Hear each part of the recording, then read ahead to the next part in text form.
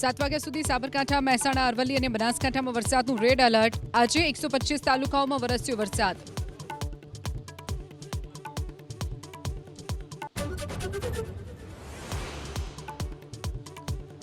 અમાસની ભરતીના કારણે દમણના દરિયામાં જોરદાર કરંટ. 10 થી 15 ફૂટ ઊંચા મોજા ઉછળ્યા. કેટલાક પ્રવાસીઓ જોખમી સેલ્ફી લેતા નજરે પડ્યા.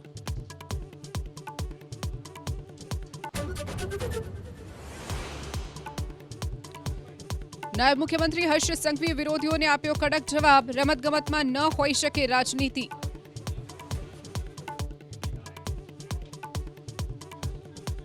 અને કોઈએ ટાર્ગેટ કરવો હોય તો મને કરે ને કે ગુજરાતના પ્લેયરને શું કરવા કરે ભાઈ. કપડવંજના સોનીપુરા ગામમાં વારંવાર વીજ પુરવઠો ખોરવાતો હોવાનો આરોપ સાથે સ્થાનિકોનો MGVCL કચેરીએ વિરોધ. આવેદન આપવા જતા અધિકારીઓ છૂમંતર થયાનો પણ દાવો.